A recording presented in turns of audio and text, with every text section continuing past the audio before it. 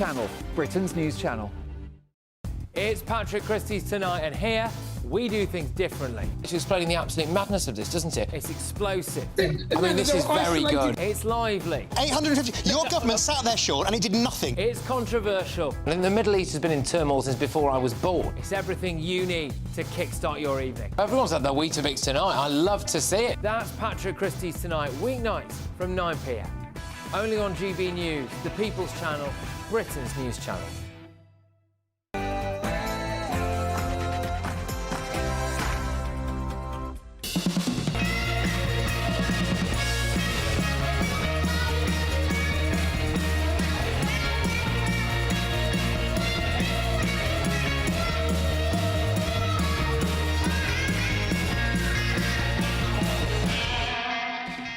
Welcome to Lee Anderson's Real World with me, Lee Anderson. And tonight on the show, I'm joined by journalist and author Emma Wolfe. He's back on the show. Matthew Larser, former Labour Party advisor. Also got former BBC presenter Alex Dyke and Made in Chelsea star Angus Findlay. But first, let's go to the news.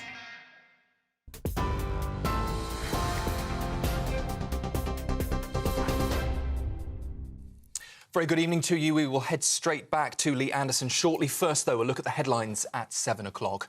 A woman who murdered her parents and lived alongside their bodies for 4 years has today been jailed for life. The 36-year-old poisoned her father, then stabbed her mother before building a makeshift tomb for her father and concealing her mother in a wardrobe. Their remains were discovered in 2023 when a GP raised concerns about them missing their appointments. A major search is continuing for a man in his 60s after a boat capsized in the River Thames. That small boat, a rowing boat, was carrying 6 people when it overturned near Sunbury Lock this morning. 3 of those on board were taken to hospital. Emergency services are still at the scene. That includes Coast Guard and fire crews. Surrey Police have said they will provide updates when more information becomes available. BBC presenter Jay Blades has pleaded not guilty to allegations of controlling and coercive behaviour towards his wife. The 54-year-old, best known for his role on the hit show Repair Shop, is accused of causing his partner Lisa Maurice Boson to fear violence on at least 2 occasions. The judge removed a bail condition today that he should wear an electronic tag and adjourned the case with a possible trial date in May next year. Sir Keir Starmer has faced repeated questions today about the absence of his new envoy to the nations and regions, Sue Gray. That was at a crucial meeting in the afternoon. Despite being asked if he was embarrassed by her no-show, the Prime Minister focused instead on the event's successes, highlighting a £24 billion investment in the UK. When pressed again on Sue Gray's severance pay, Sir Keir Starmer dodged that question too. Take a listen. I set out when we won that election to change the country for the better, to stabilise the economy. And these investments that are coming in day by day, they're a drumbeat into our investment summit on Monday, which is bringing together some of the leading, CEOs across the world. So for everybody listening and watching this who's concerned to know, is there going to be investment in my region? Are there going to be jobs where I live? Okay. The answer is today we're going a long way down the road of collaborating to that end. And it's being reported the former President Donald Trump's campaign has asked for military aircraft, expanded flight restrictions and ballistics glass in 7 battleground states because of ongoing threats against him, including, they say, plots from Iran to assassinate him. Emails seen by the Washington Post tonight reveal Trump's team is frustrated with the Secret Service, claiming insufficient protection, particularly after 2 assassination attempts earlier this year. And on that, we'll just bring you a quick breaking update from the Reuters news agency. Joe Biden, that is, the president, has said in response to those requests that they should be granted to Donald Trump as if he were a sitting president. So that latest line into us just in the last few minutes. Let's head back now to Lee Anderson. For the very latest GB News direct to your smartphone, sign up to News Alerts by scanning the QR code or go to gbnews.com/alerts.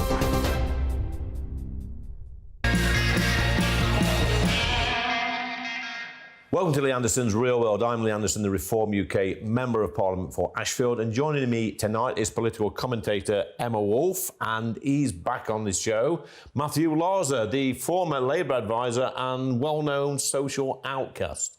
Welcome to the show, Matthew. You left me. What would you mind saying? Listen. You've started problems already before the show was recorded. We know that, don't we? But we're not going to that, and he's looking very, very guilty. Look, we've got a story breaking this week, guys. The NHS story again. The John Paget Hospital in Great Yarmouth have decided to tell their staff that they can't describe babies as boys or girls. I mean, when will this madness end, Emma? When will this madness, this woke nonsense end? Look, if someone has true gender dysphoria, as a teenager, as a young person, as an adult, that should be taken seriously. True gender dysphoria, where you genuinely, don't know whether you're male or female, or genuinely feel you've been born into the wrong body, of course that needs to be taken seriously. It is distressing, and you can support people. You do not need to introduce this kind of stuff when a baby is born. Okay, that is not necessary. It's actually, I would call it akin to child abuse. There are so many things the NHS need to focus on. So many things. Cancer, obesity, the list is endless, in fact.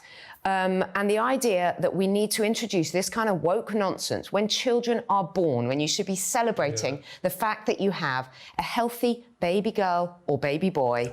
You couldn't make this up. You know what, Matthew? Over the past couple of months, I've had a few debates, Westminster Hall debates in Parliament. The one was on baby loss. I think 1 in 5 baby losses in the UK are preventable. I did a sepsis awareness debate just this week in Westminster Hall, where we lose 50,000 people a year to sepsis. A lot of that is preventable as well. Isn't it about time that the NHS concentrated on these important issues rather than this woke nonsense?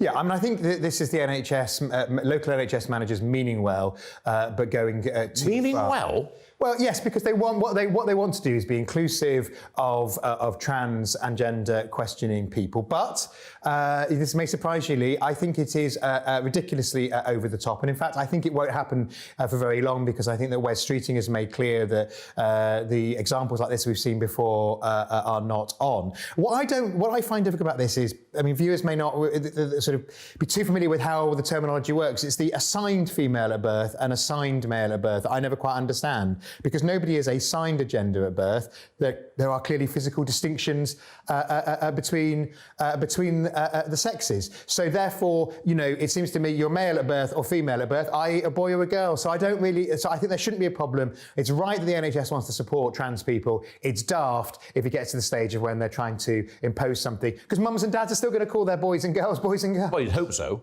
Well, you'd hope so. I have a very close friend who is bringing up her child as gender neutral. And as I've said, I think that is akin to child abuse. This is a decision. I mean, Matthew, you just referred to newborn babies as being inclusive of trans. These are newborn babies. We don't need to be inclusive of trans. No, I meant the NHS being inclusive generally. I agree on newborn babies. But these are newborn babies. And as you say, the baby loss, the statistics in this country are shocking. Yeah. We shouldn't be losing newborns, and that's what maternity services should be focusing on. You know what? It's not about assigning a gender. Yeah. In very, very rare cases, and I think it's 0.something%, you will have babies and they're indeterminate sex characteristics. But doctors deal with that in a sensitive way. As I said, they deal with that. At conference a few weeks back, let boys be boys, let girls be girls. Absolutely. You know what? They will grow up, they will develop, they'll explore, they'll make mistakes, they'll discover who they are. And in the vast majority of cases, Matthew, when they get to adulthood, they'll have figured it out.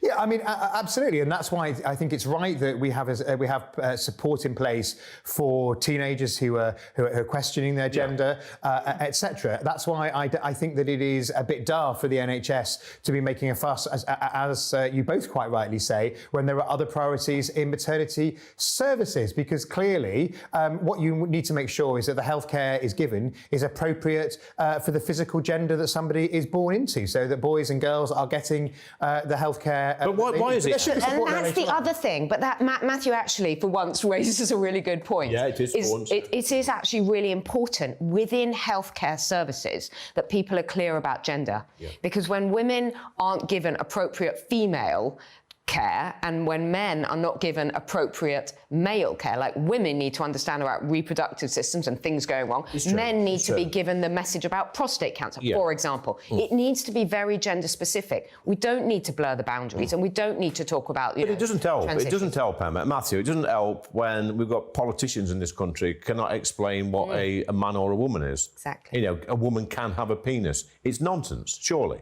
Well, I think taking the debate away from the issue of children, clearly, newborn children, clearly there are trans people. There have always been people who question their gender identity, and we should support people who are doing so. But I think it's important that people get the so a trans woman can have a penis, but clearly a biological woman can't.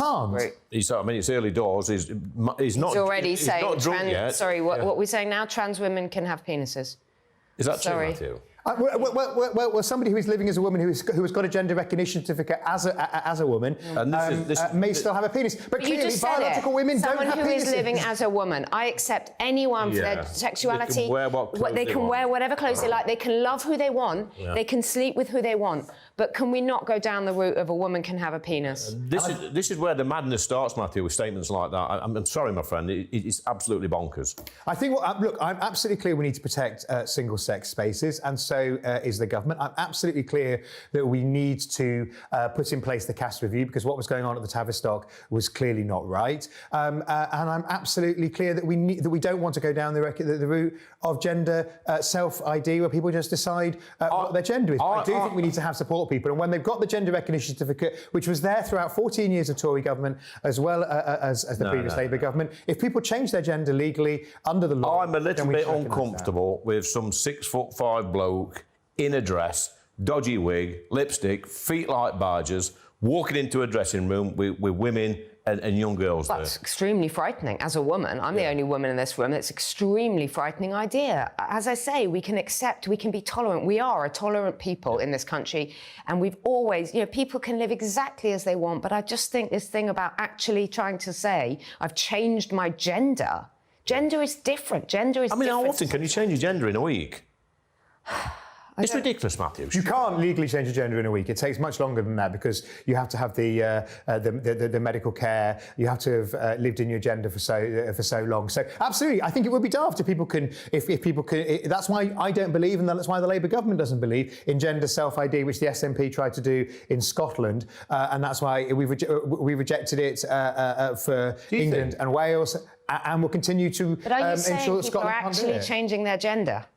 Let me just ask you a question, Emma. You spoke about your friend with a child. I mean, I don't know how old the child is, but you think for some of these woke people, these out-of-touch people, it's actually a fashion accessory to have a kid that's trans? It really is, Lee, and it makes me so uncomfortable that a 4-year-old male child, that's what he is being brought up as a they.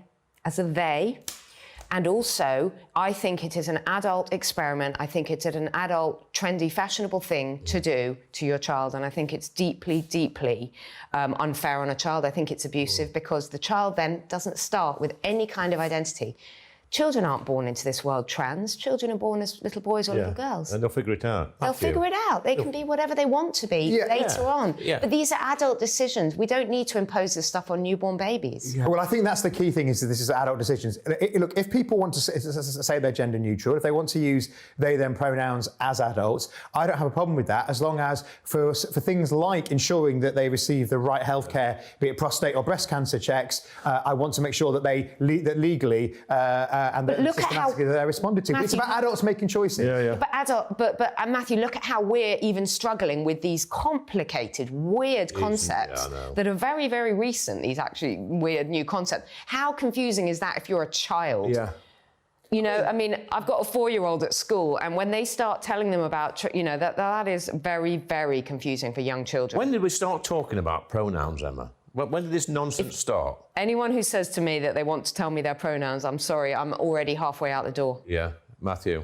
Well, I think it's come in over the last few years, and I think the way it's done has made a lot of people feel uncomfortable. And I think the key thing is it needs to be about adults making choices about their own lives. Obviously, as people are going into adulthood, they need support, but it's not about imposing this on children. Okay. Emma, do you think we'll ever go back to normal?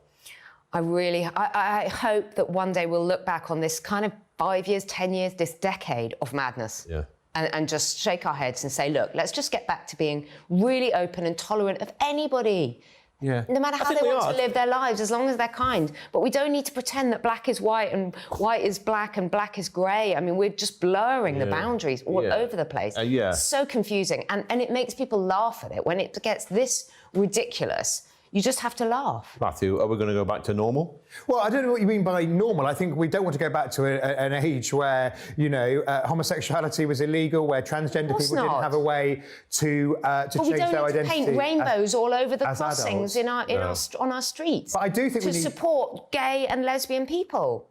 Yeah. But I do think that, you know, some of the more extreme people, frankly, on either side of the debate, need to calm down. But you're always going to have extreme people in society, Matthew. I mean, I think we are a tolerant, welcoming society, and we're not bothered whether you're black, white, pink, brown, whether you're gay. Nobody's interested. You've got this minority of lunatics who look for a minority group. And you know what? And tell them they're persecuted. And it's a minority of lunatics who are obsessed with other people's sexual habits and other people's genitals. I don't care, frankly, what you have in your underwear. As long as you're a good person, I don't care. But don't tell me that you're a trans woman with a penis.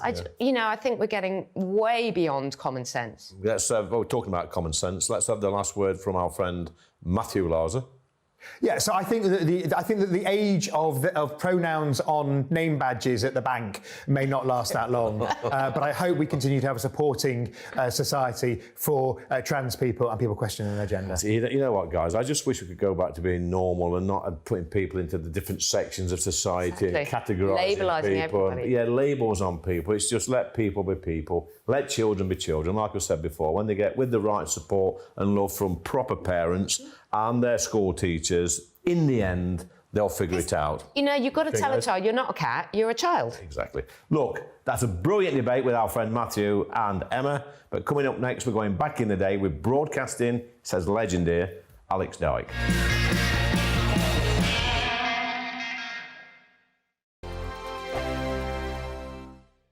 Sir Jacob Rees-Mogg's State of the Nation, Monday to Thursday from 8 p.m. You must be so proud of your daughter being so just amazingly brave and a model for other people who face illness. I think we're proud of her all day, every day, and always have been. Liz has always given her all to anything she put her mind to, whether that was studying for her GCSE exams at school or whether it's been her photography and battling cancer. Liz never does anything by half, and we are so incredibly proud of her each and every day.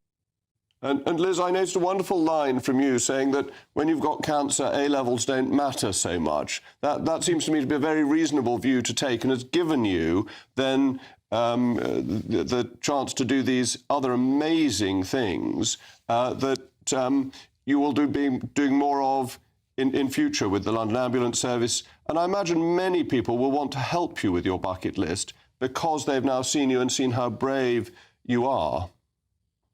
Yeah, I mean, hopefully we've already been overwhelmed by the responses and the support by so many people. I think when my mum originally posted the list, it received like 4,000 replies. It was insane, and still there's more.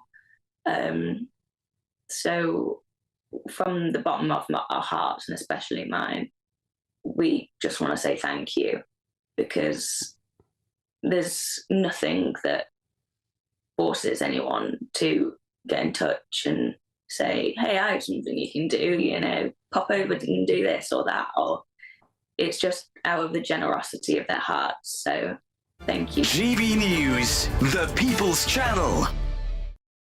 Conservative MPs have finally chosen their top two for the leadership. And now, it's over to the members. Join me, Christopher Hope, on Thursday as Kevin Badenoch and Robert Jenrick are quizzed by Conservative Party members and myself at our GB News leadership event.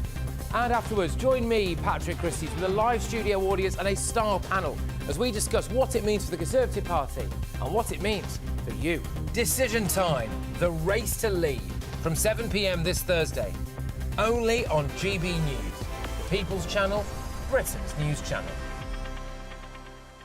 Weekdays on GB News. Wake up to breakfast every day from 6 a.m. Followed by Britain's newsroom at 9:30. At noon, it's Good Afternoon Britain. Followed by Martin Daubney from 3 p.m. Only on GB News, the People's Channel, Britain's news channel.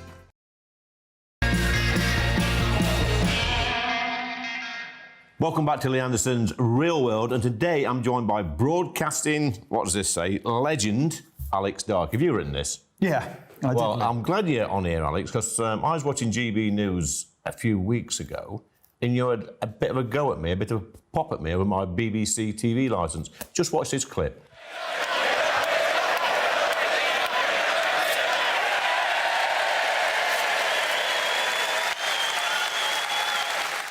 Now, Alex, that's me, yes. What have you got to say for yourself? You had a go at me on GB News for tearing up my BBC TV licence reminder. Go for it. Well, I didn't realise, Lee, I was going to get invited on your show, did I? Just a week or so later. And I did say in the clip, I like Lee, but that was a cheap stunt. A cheap stunt. It's not a cheap stunt. I tell you what, my inbox exploded with support over that little stunt, as you describe it, Alex. But look, you've got close ties to the BBC. You worked for the BBC for many, many years. What was that experience like? When I first started there, it was a privilege.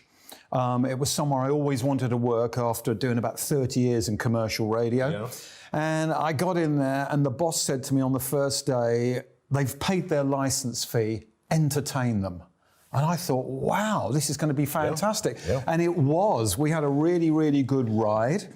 And things slowly started to change as the BBC became more woke, for want of a better word. Yeah. And then the entertainment, I think, now really has taken a back seat on television and in radio as far as the BBC were concerned. And now, in my opinion, it's about ticking boxes. OK, so when did you leave the BBC? A year ago. Was it on friendly terms? Well, I was just one of those people on a long list who was got rid of, I believe, and I do understand it, that I was over 50, I was white, heterosexual, middle class.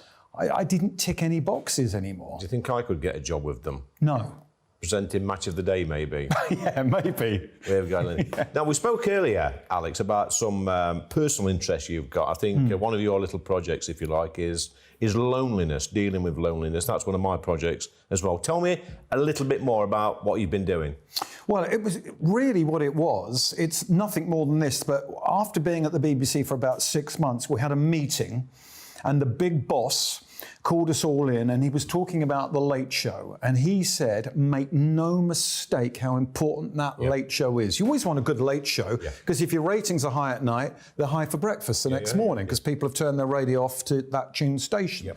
And he said, we are keeping people company and we're keeping them entertained. And I never forgot that. And then when I started doing the Late Show, you make a real connection with that audience. They're very, very loyal, and they rely on you and the other people who are calling in the radio station.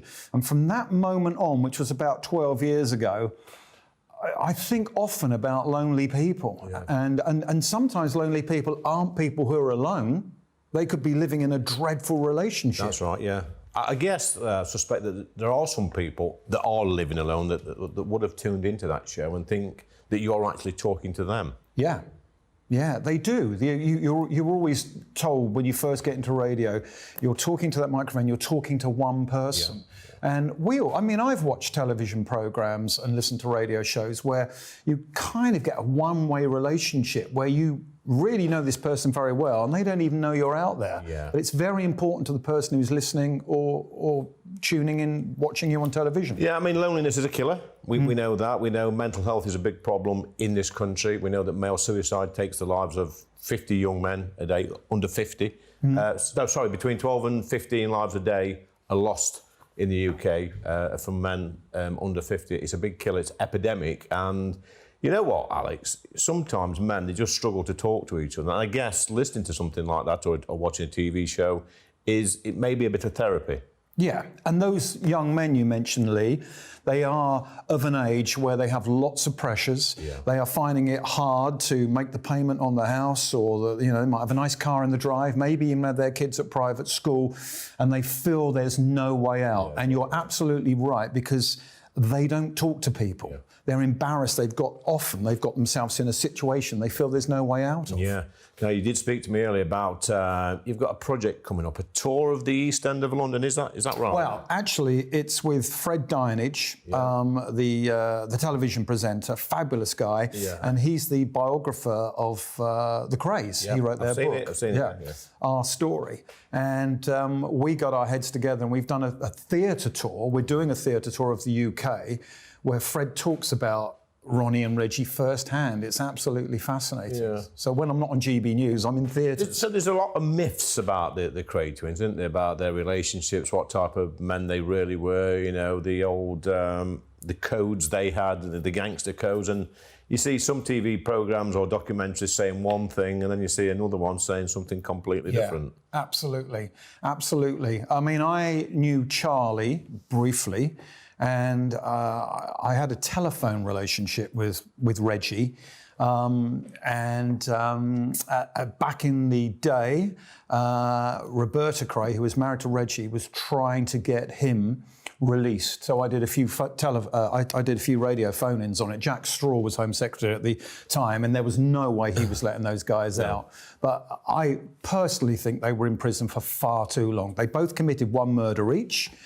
But when you think of the sentences that people are getting now for similar crimes, I think they did far too long in prison. Yeah, but different times, weren't they? Very different times. I suppose 1960s London is completely different. Was it a safer place, do you think, back in the 60s, or is it safer now? Because the knife crime now in London is through the roof.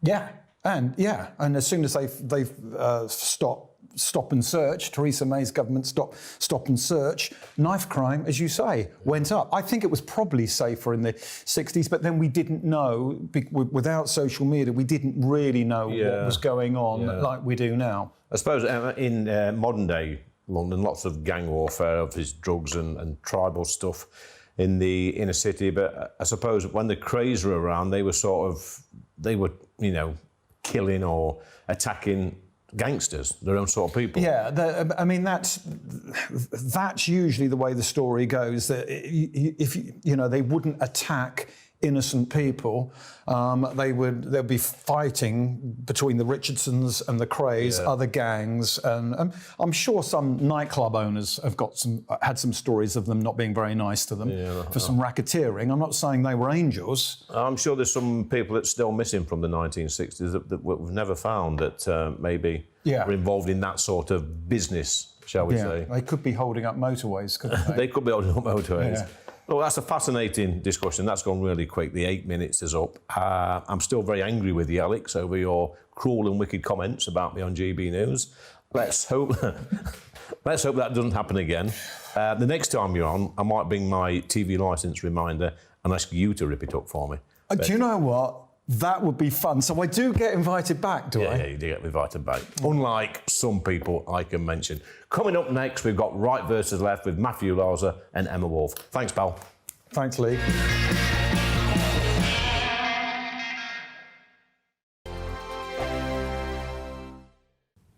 Hello, good evening. Welcome to your GB News weather update from the Met Office. Well, this weekend it's going to be some unsettled weather around, but lots of dry and bright weather too, though it is going to still remain cold. At the moment, we've got high pressure to the south of the country and low pressure feeding in across Scotland, bringing an unsettled start to the weekend. And overnight too, as we see plenty of those blustery showers continue to feed across Scotland, some pushing into western parts of Northern Ireland too. These heavy at times turning quite blustery, even seeing some sleet and snow over the Scottish peaks. But elsewhere, a bit more cloud around tonight, which means things aren't going to get quite as cold, but we may see pockets of frost still across parts of central England and Wales. It will still be a cold start though, perhaps just not quite as frosty, but across Scotland, still plenty of clouds, some longer spells of rain, these heavy at times, as I say, quite blustery under those cloudier skies too. A pretty wet start across Northern Ireland as well, but elsewhere, a fair amount of cloud around, some clearer spells. Can't rule out a few showers in parts of England too to start the weekend. Eventually, though, generally that cloud and rain that's generally across Scotland, Northern Ireland, it's slowly sinking its way towards the Scottish borders, northern parts of England. So quite a damp day on offer here. It is going to be clearing the north, still plenty of blustery showers here too. And across England and Wales, still can't rule out a chance of a shower, but across many parts of England and Wales, there'll still be plenty of bright weather. Still feeling cold, slight improvement in temperatures in the south, but feeling quite nippy in those blustery winds. For Sunday, it's going to be largely dry and bright across the country as we've got high pressure building. That's after quite a cold start, may even see quite a widespread frost in the north. But eventually we'll start to see some higher cloud building from the west as this frontal system tries to move its way in. So plenty of dry and bright weather over the weekend, although cold, and temperatures improving into next week. Why go out on a Friday night when Friday night comes straight to your home? Talking about. Join me and my A-team of top pundits. Chemistry tonight is electric. As we tackle the big stories of the day with wit, insight and fearless energy. Man of the people. It's all vibe. Just a filing cabinet on wheels with a tie on. So, order in Friday Night Live with me, Mark Dolan, every Friday at 8, only on GB News, the People's Channel, Britain's news channel.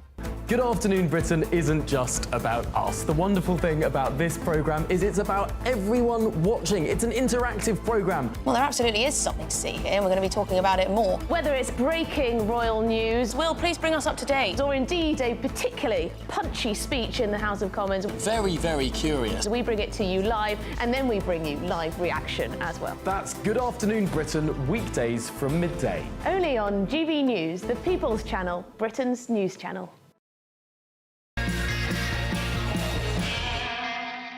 It's time for Right versus Left now with Emma Wolf and Matthew Stadlin. Sorry, Matthew Larser. The similarity is staggering, Matthew. We have different colour lack of hair. Or different colour heads, shall we say. He's got considerably more hair. Look, we're going to talk about Labour's latest policy, which is VAT on private schools. Is this, Matthew, a policy of envy?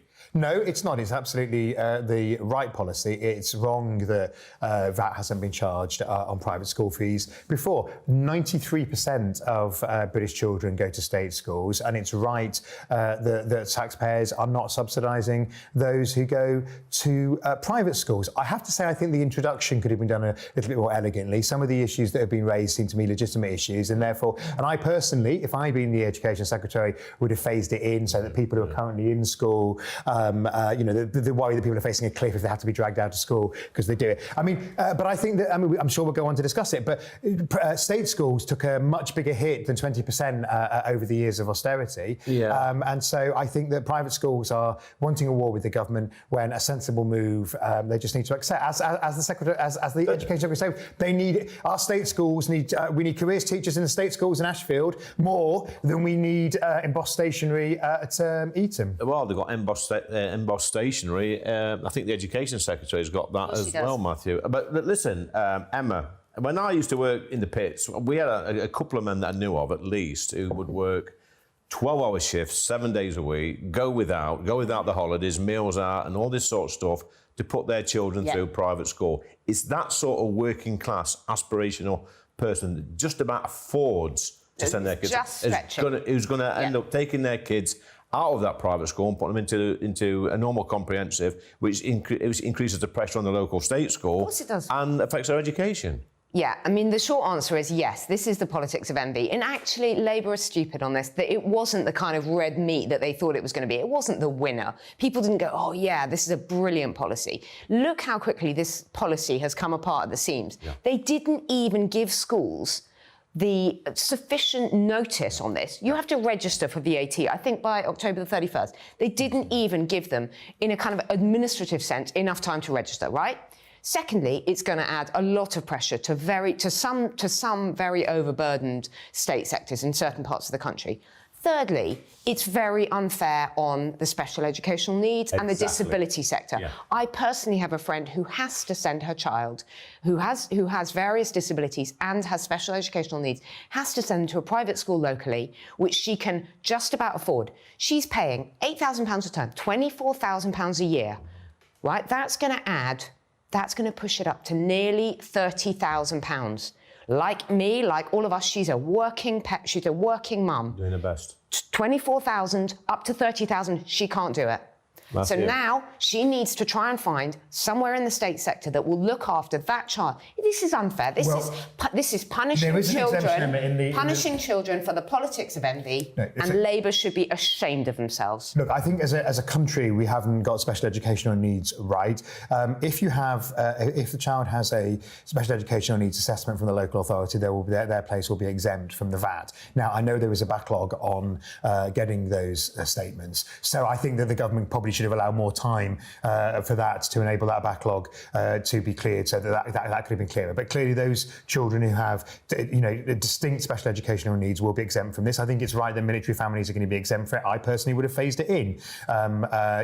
We've seen we can go to 5, 10, then 20, and maybe over 3. The sums don't even add up. Someone in the Treasury doesn't have a calculator because the amount they thought they were going to raise from this, a quick smash and grab kind of thing, is actually going to be offset by the fact that there's now going to be added pressure on the state. Well, that's taken into account. But one of the arguments is, Matthew, that they need more teachers for state schools. Why don't they just employ more teachers for state schools? Well, where's the money going to come from, Lee? Because obviously we were left a fiscal black hole. £22 billion. Absolutely, and I know you're not in there anymore, but you were in the Tory party for a while that created that. And this was meant to be about levelling up, and it's not. It's dragging everything down. And it's somewhere like Ashfield, 99% of kids will go to state schools. But do you know what it does? It widens the wealth gap. It now makes anybody at private school, now you really do have to be wealthy. It discourages It doesn't affect the really wealthy. It doesn't affect them at all. It discourages people, middle-class people who, like you say, like my parents, who are just stretching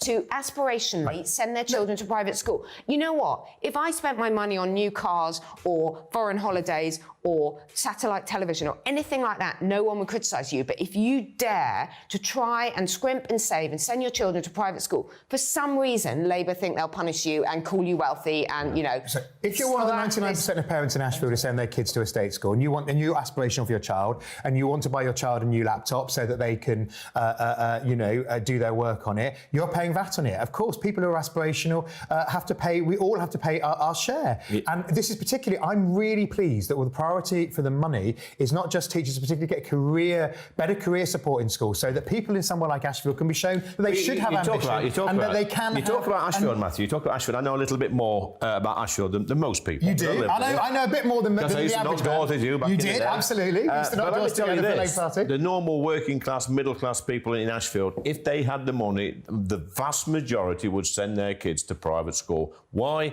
Because they want the very best for their children. I think every parent wants the best for their children. It's just wanting the best for your child. Good state schools for every family who can't afford it, because I want every child to have the possibility. So there are no artificial ceilings. But some children, like Emma says before, I mean, I've got a niece who's at St Andrews University. She went to a state school in Sutton Academy. She's done really well. She's done really, really well. Why can't we celebrate people doing well? Yeah. You don't Absolutely, from a good state school. No, it's not. It's not. That's the problem. That's the problem. She's done well on her own back. She's worked really, really hard with the support of a very good teacher, by the way. But there's other children in Ashfield that would not thrive in that sort of school, that sort of environment. They need that extra bit of support, extra help, one-to-one stuff in a school. And if their parents can just about afford that, surely it's the wrong thing to penalise them. We need inspirational teachers like the one who taught your niece. We need more inspirational teachers. We need better state schools, and we need different sorts of state schools so that parents can choose the state school that's most appropriate. Not the one-size-fits-all comprehensives that we've seen in the past, which is why we now have academies which have different specialisms so that people can get schools right. I wonder, Emma, how many Labour MPs that sit in that place went to private school? Well, you remember Diane Abbott and all of that with her sending her child to private school while attacking. Yeah. Why do we need to attack people who care about education, who want to aspire to that?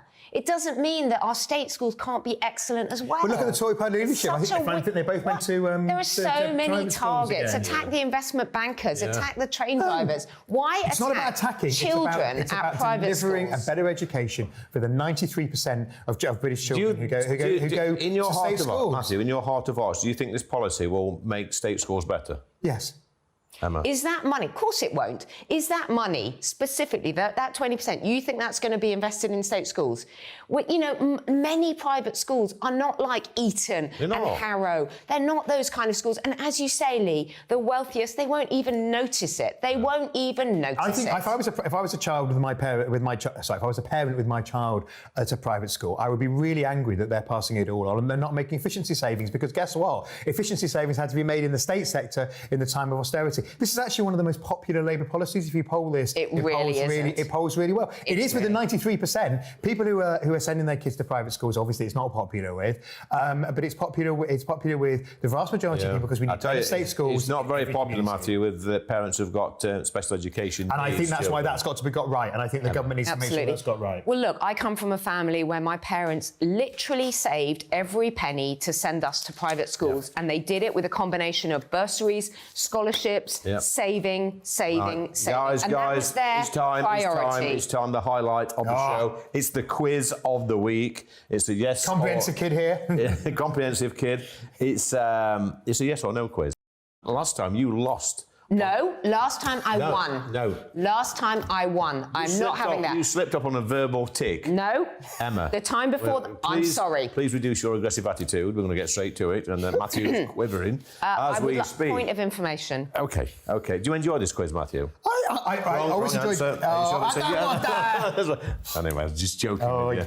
Right, first one, Emma. Should we scrap the TV licence? Yes. Matthew? No. Number 2, Matthew, should we add VAT to private school fees? Yes. Matthew, Emma? No. Right, Emma, should Taylor Swift receive a police escort? No. Yes. Oh, my God. Number 4, Matthew, are you looking forward to this month's budget? Yes. No. 5th and final question. Do you think Donald Trump will win the US election? Yes. No. It's 5-all. So we're going to share the honours this week. Matthew, do you want to... I mean, the one that... Taylor Swift? Taylor Swift, yeah. Come on. Look, ordinarily, of course not. This was particular... If there was a threat assessment done, which there clearly... there was... Threat assessment? Yeah, because there had just been the incident in Austria with the... where they tried to blow up the concert. So that's why it happened. Yeah. Of course, people shouldn't have it just because, it shouldn't be in their rider, So, like having green M&Ms. An artist who's just made over £1 billion on a world tour, shouldn't she be chipping in for that? Now the question didn't say should they be chipping in for it. It said should they received it. I think it's appropriate that could cost recover. For example, in the Oasis concert, they're recovering the money for the police. Don't care. The police should have so many other priorities: keeping this street safe, keeping our children, stopping our children from being stabbed. She can pay for her own private security. I'm sure she would have, and she's a nice person. I'm sure she'll contribute if asked. Right, guys, it's a draw. Well done, Emma. It's nice to see you getting a joint winner. Well done, Matthew. But coming up next, we've got Last Orders with Angus Findlay.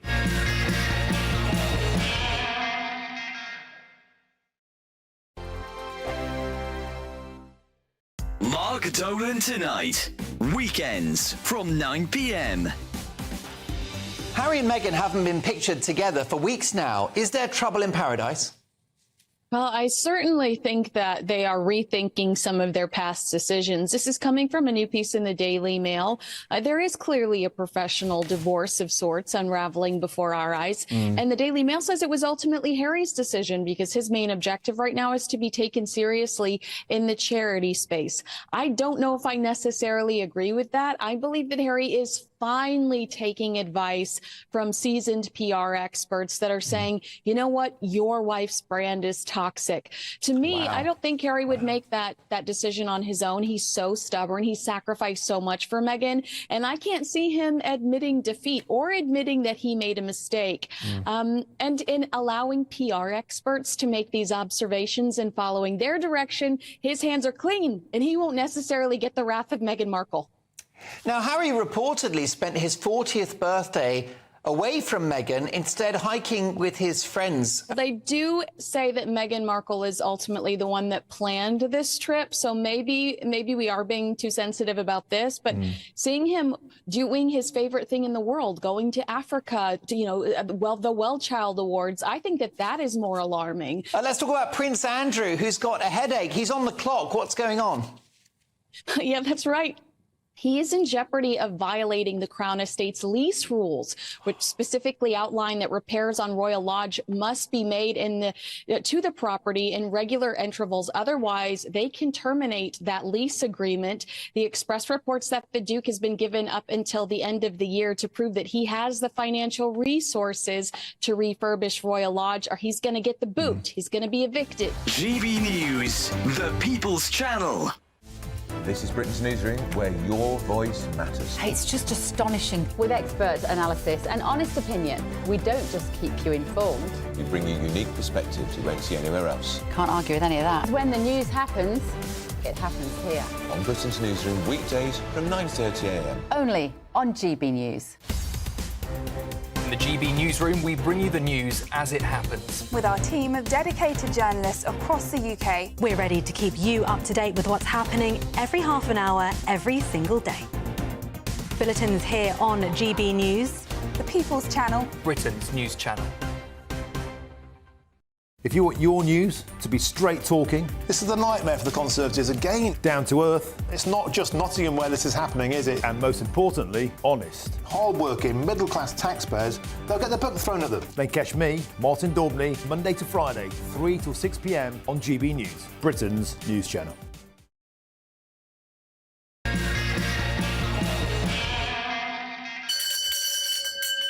Well, you know what that means, guys. It's last orders at the bar, and tonight I'm delighted to be joined by Angus Findlay, reality TV star, model, businessman, entrepreneur. I don't know. It ticks every single box. 26 years old, a fine young man. Thank you very much. So tell me, Angus, about this reality TV stuff, because as we said before we came on, I never watched a reality TV show in my life. I don't get it. I don't watch TV, to be honest. But what sort of got you into that? You know, it's interesting. I started accidentally at quite a young age. So did a bit of modelling, and my face was kind of out there. And I was doing my A-levels at college, and I remember thinking, oh, this is really terrible. You know, chained to a desk, revising, and I got asked on a show called Celebs Go Dating. I was like, why not? So I had to make my excuses at college as to why I couldn't be there. Into London, start filming, and had a little thing with Georgia Toffolo on there, which at 18 years of age, that's like the dream, right? She was 23.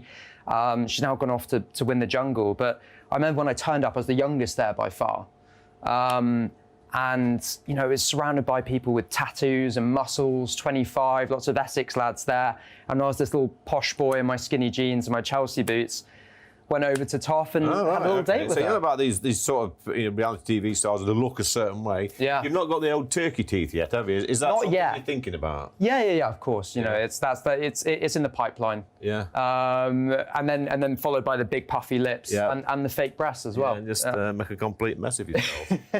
You talked about modelling. I used to do it. You might not believe it, but you know, about 30 years ago, I used to do some catalogue work. Okay. Just fantastic. Like delivering them around Nashville that's all. Anyway, obviously you're a role model. You've got a massive social media following. Instagram's probably your main outlet. Yeah. But there's a lot of young men looking at you thinking, I want to be like that. I want to do what this young man does. Any advice? I think and this is something that's always helped me, and it sounds so painfully obvious, but never give a false impression of who you are. Always be yourself and speak to... But doesn't that happen though, Angus, on these reality? Is some people just acting, playing to the crowd, or trying to do something different? This is the thing. When you're surrounded by cameras and there's an expectation to talk about certain things, I think, you know, if you turn up to the set of Made in Chelsea and you talk about the things that you probably usually talk about with your mates, it's not very good TV, right?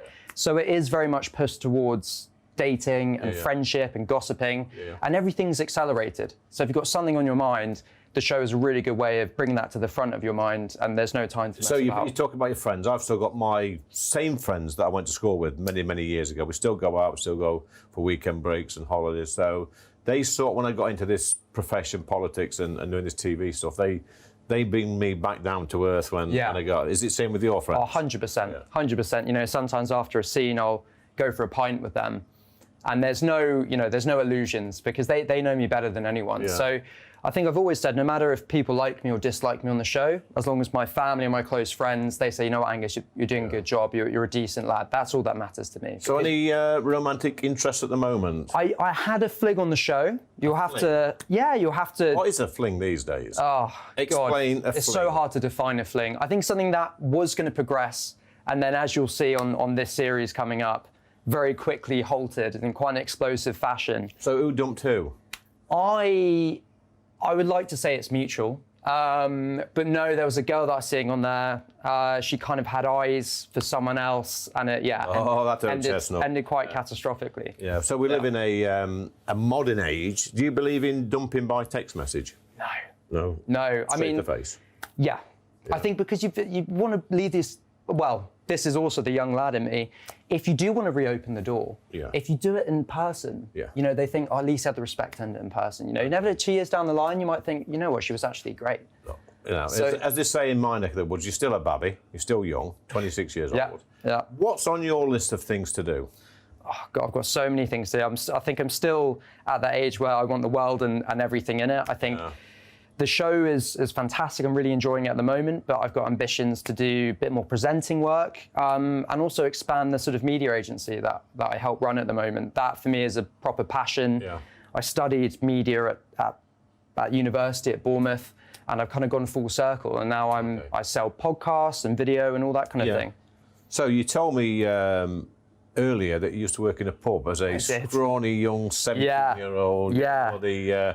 The working class fellas coming in, having a pop at you because you're a bit of a posh boy. Yeah. Good, great character building. Great character building. So, young man, there's a pint pot down there. Grab one of those pint pots there for us. Right, go on. And we're going to give you one of the easiest pumps in the pub. Okay. Which is the old neck oil. Yeah, that's fine. You've got it's a lovely beer, by the way. Oh, I love that. And you've got 30 seconds to pull it and plonk it on the bar. 30. And ready, steady, go. Oh my God. So what was the name of the pub you worked in? It was called the Phoenix. And in my first shift, I dropped a bottle of champagne and sprayed it over everyone in the bar. But they couldn't fire me because my family had actually come in to see my first shift. Wow, listen, I'll tell you what, this is backfired a little bit on spillage. I mean, there's about 3 gallon on the floor. Yeah, that's all right. That's all right. That is a health and safety hazard. But you know what? You know what? I'm pretty proud of that. The last people I've had 3 or 4 try to pull a pint of neck oil, and they made a right mess of it. But that is splendid. That is fantastic. We had Tommy Skinner on. I think he got 9.5, but I'm going to give you 10 for that. 10 out of 10. I'm so happy I beat him, because I'm a big fan of Tommy Skinner, and he's an East London lad, I'm a West London lad, so there's a little bit of rivalry there. So I'm very happy that I got... Tommy's beat that. That's an absolute corker. But working in a pub, that's good character building. Yeah, it really is. Yeah. It really is. I mean, you know, especially when it's 1 a.m. and you're cleaning, and all your mates are out, and you've got to and there's the locals that won't go home. You know, they told me some stories. Absolutely fantastic. And look, it's stuck with me. I suppose now, Angus, if you did go back to work in a pub just for a few shifts as a bit of fun, it'd certainly draw a lot of people in, wouldn't you? Yeah, I think so. Yeah. I mean, it's a weird one. I get recognised more than I thought I would. But usually at the most inconvenient times, I'm either hungover or late. And you've got to be polite, and especially if you've got a sort of 15-year-old who's been watching every series and they absolutely love it. You've got to stay and have a chat. But so social media must play a big part in your life, as does reality TV. I bet you get some fruity messages on social media. Yeah. I did, to be honest, the weirdest message that do you get your family to check them first? I don't think they want to read those. No. I mean, the worst one that I got was this woman offered to fly me out to Spain and put me in a cage. No, it was, really, really odd. You get some really ones on there. People who demand photo of my ankles, not the feet, just the ankles. Yeah. They're covered. There's no tag on there, by the way, not yet anyway. So, bucket list, we spoke that earlier about the turkey teeth, is that on the menu? Be honest. Because you see them, don't you? You see these people, you see them about a mile away coming down the street. Yeah, which is blinding. Gnashers that you need a welding goggles on, basically. You know what? If I can avoid it, I will. Yeah. If I can avoid it, I will. I think having a little bit of naturalness in there makes you a bit more approachable, right? You don't want to look like everyone else in that. And also, all the other guys on there are most of them have got it done, right? Yeah, they have, yeah. So, you know, I don't want to be typecast as a turkey teether. and it's like I said before, you know, young people obviously influenced by young people like you, especially through social media. We do see a little bit sometimes, Angus, a little bit of bullying on there. You know, sometimes people are pressurised, especially young girls and young boys, pressurised to look a certain way. Yeah. And they're using these filters, these whatever these things are on the phones and on the computers to make them look totally unrecognisable into something that they want to be. Yeah. That's a slippery slope, is it? It really is, and you know, like a lot of people in my position, and me included, are always guilty of putting our best lives on social media. It's kind of part of the job in a way. But at the same time, I don't shout about, you know, I'll go to the gym, eat this, eat that, you know, use these tablets or whatever. That's just not my style, really. I don't have the best diet. I don't have a 12-pack under here as much as I wish I did. Yeah. And I just think being honest about that's fine. I think no false pretenses. Angus, it's been an absolute pleasure. Lee, that's Angus Findlay. thank you so much. What a great guy. That's got a 10. A 10. Thanks for joining me on Lee Anderson's Real World. Tonight we've got Friday Night Live with the brilliant Mark Dolan.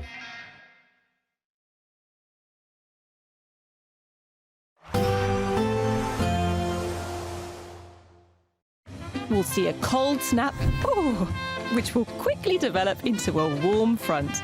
Boxed Boiler Repairs, sponsors of weather on GB News. Hello, good evening. Welcome to your GB News weather update from the Met Office. Well, this weekend it's going to be some unsettled weather around, but lots of dry and bright weather too, though it is going to still remain cold.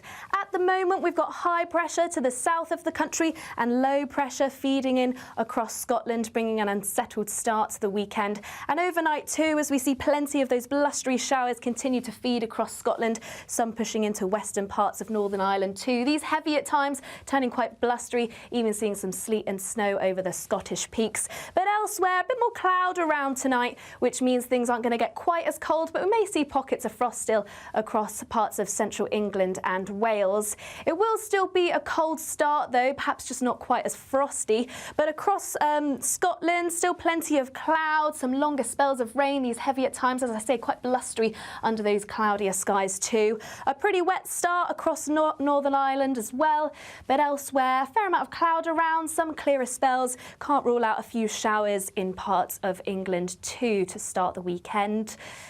Eventually, though, generally that cloud and rain that's generally across Scotland, Northern Ireland, it's slowly sinking its way towards the Scottish borders, northern parts of England, so quite a damp day on offer here. It is going to be clearing the north, still plenty of blustery showers here too. And across England and Wales, still can't rule out a chance of a shower, but across many parts of England and Wales, there'll still be plenty of bright weather. Still feeling cold, a slight improvement in temperatures in the south, but feeling quite nippy in those blustery winds. For Sunday, it's going to be largely dry and bright across the country as we've got high pressure building. That's after quite a cold start, may even see quite a widespread frost in the north. But eventually we'll start to see some higher cloud building from the west as this frontal system tries to move its way in. So plenty of dry and bright weather over the weekend, although cold, and temperatures improving into next week. We can expect clear on demand. Good luck. Why go out on a Friday night when Friday night comes straight to your home? Talking about. Join me and my A-team of top pundits. Chemistry tonight is electric. As we tackle the big stories of the day with wit, insight and fearless energy. Man of the people. It's all vibe. Just a filing cabinet on wheels with a tie on. So, order in Friday Night Live with me, Mark Dolan, every Friday at 8, only on GB News, the People's Channel, Britain's news channel. Join me, Camilla Tominey, for a frank and honest discussion with those in power that cuts through the spin and gets to the heart of the issues shaping our nation. You haven't confirmed that you want to stand as leader, but you haven't ruled it out either. This report basically says that he's not fit to stand trial. Is he indecisive? Incompetent? I deliver the dose of reality Westminster needs. That's the Camilla Tominey Show at 9:30 every Sunday on GB News, the People's Channel, Britain's news channel. Hi there, I'm Michelle Dewberry and I'm going to take a second to tell you all about my show, Dubes & Co. We start off with the issues of the day. We then bring in both sides of the argument. We get rid of the disrespect. And then you throw me into the mix. And trust me, I'll tell it exactly how it is. And then, of course, the magic ingredient, you at home. We mix it all together and what have we got, in my opinion, the best debate show in town. Monday to Friday, 6 till 7 on GB News, Britain's news channel. Mark Dolan tonight is your weekend